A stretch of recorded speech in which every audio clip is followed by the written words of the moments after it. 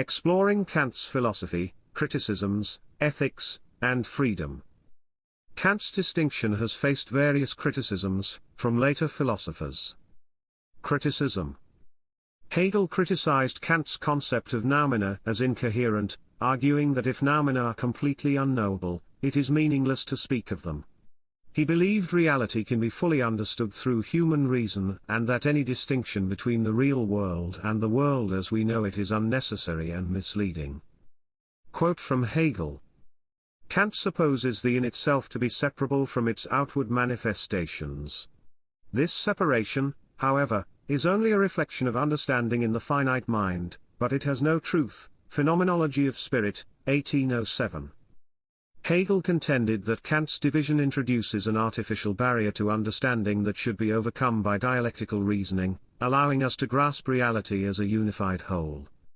Criticism. Schopenhauer accepted Kant's distinction but reinterpreted it. He argued that while Kant maintained that noumena were unknowable, the noumenal realm could be understood as the will, a driving force behind all phenomena.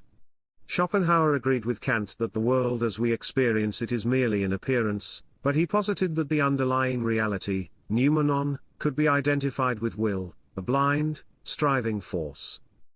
Quote from Schopenhauer. The will is the thing in itself, and is wholly independent of its being known, the world as will and representation, 1819.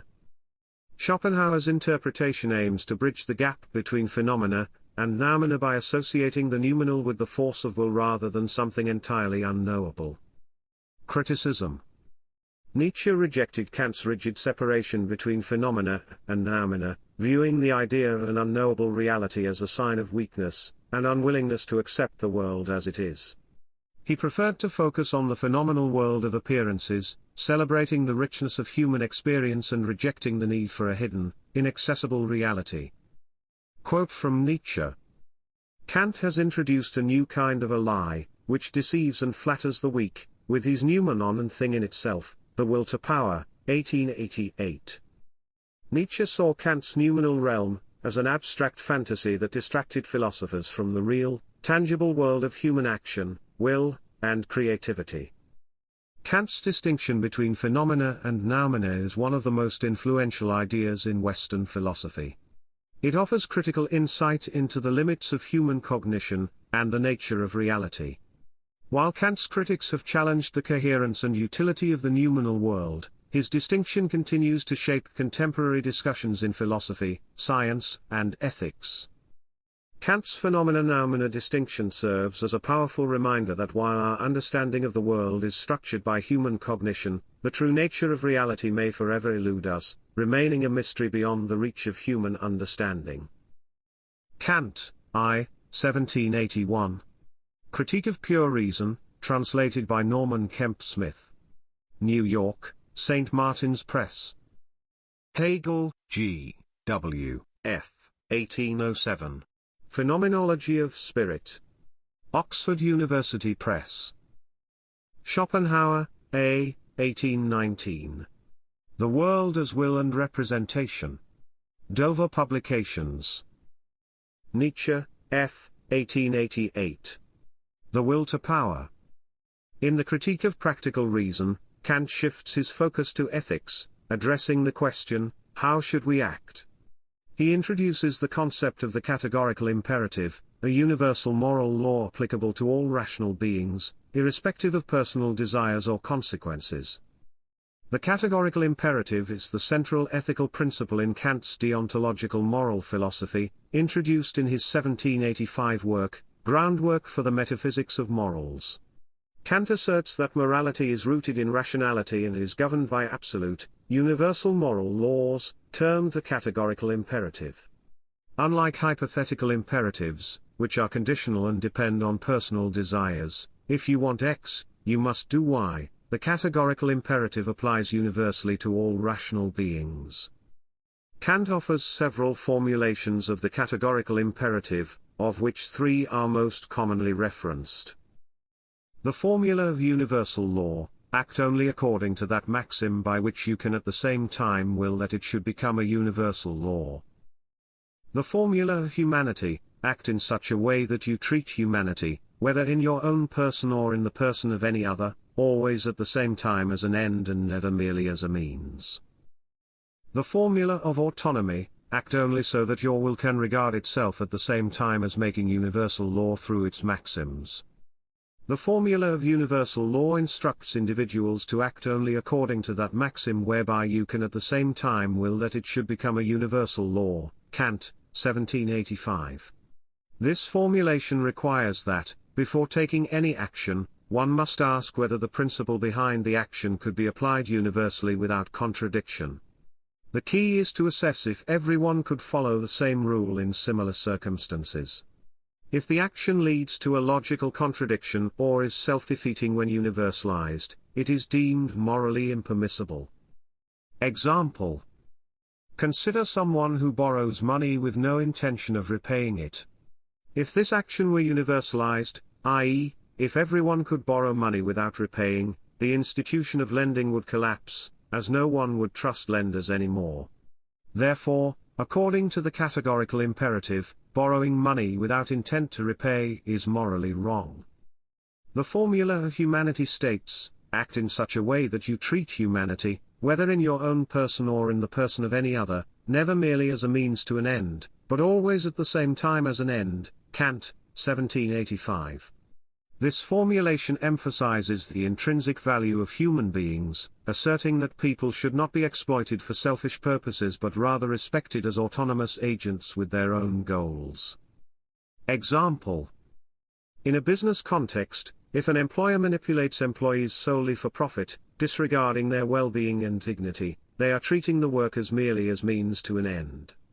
According to Kant, this behavior is unethical as it fails to respect the inherent worth of individuals.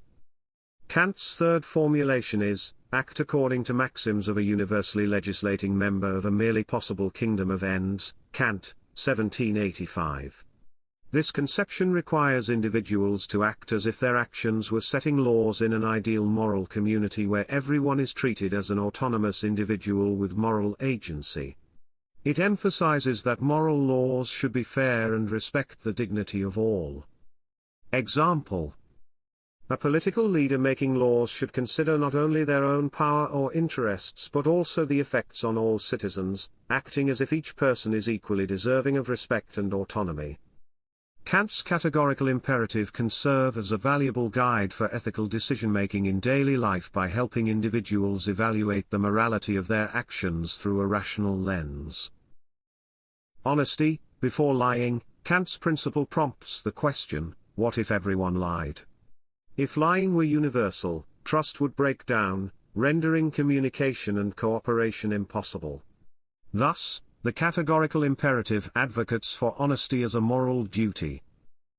Respect for others. In personal relationships, the formula of humanity encourages mutual respect.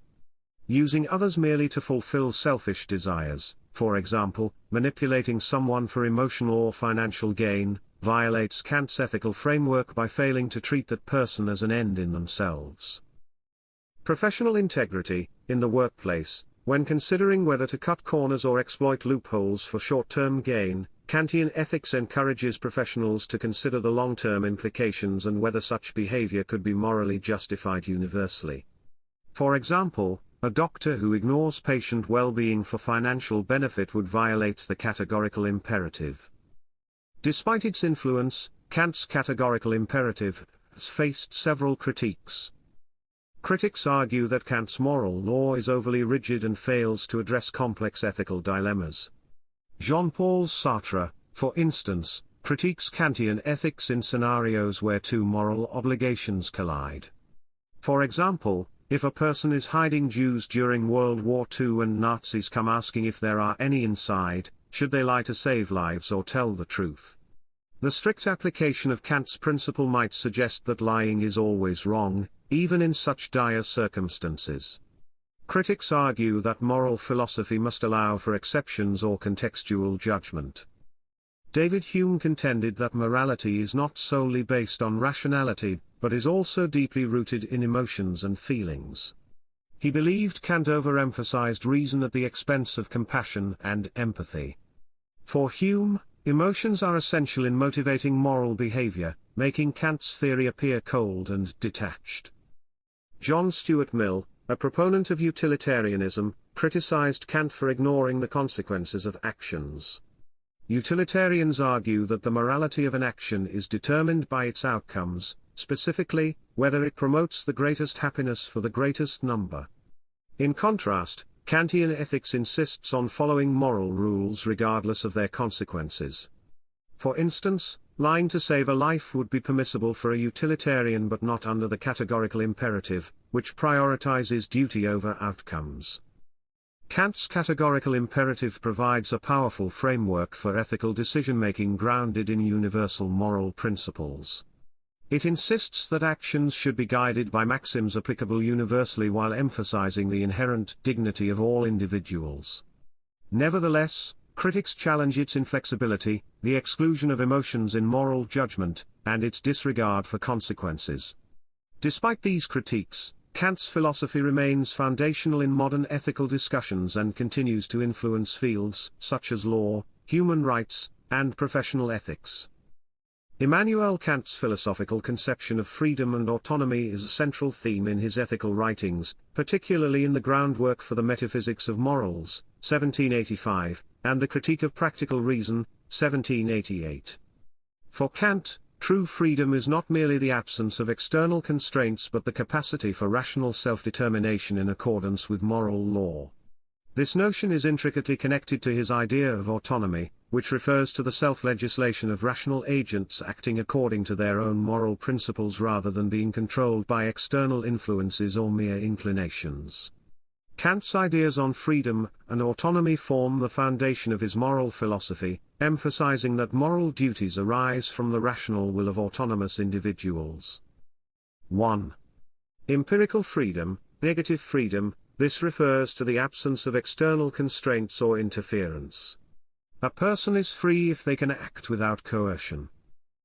Example, a person can choose to walk unimpeded in a park. 2.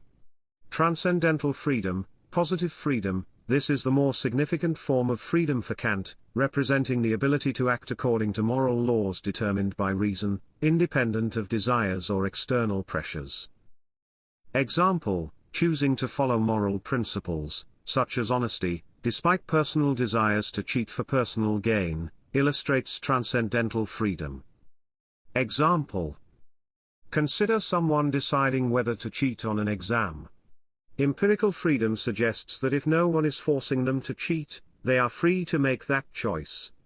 However, Kant would argue that true freedom lies in recognizing the moral law, honesty, integrity, and choosing to follow it, rather than merely acting on the impulse to achieve a better grade. Definition: autonomy, meaning self-legislation, signifies that rational agents create their own moral laws through reason rather than being governed by external influences or inclinations. Key principle: an autonomous will legislates moral laws for itself. Example, in a professional setting, an individual would refuse to engage in unethical behavior, like bribery, based on their rational understanding of what is morally right, rather than societal pressures or potential gains. Practical applications: Kant's ideas resonate in various aspects of contemporary life. 1. Personal integrity and accountability. True moral integrity stems from actions aligned with rational principles rather than succumbing to social pressures or inclinations. For instance, resisting peer pressure to cheat on an exam because it violates personal moral standards demonstrates Kantian integrity. 2. Autonomy and human rights. Kantian autonomy underpins many modern human rights principles. For example, informed consent in medical practice ensures patients can make rational decisions about their healthcare free from coercion. 3. Moral responsibility in society. Kant's emphasis on personal responsibility informs legal systems, where individuals are held accountable for their actions. Laws that demand moral accountability, regardless of external influences, reflect Kant's notion of moral agency.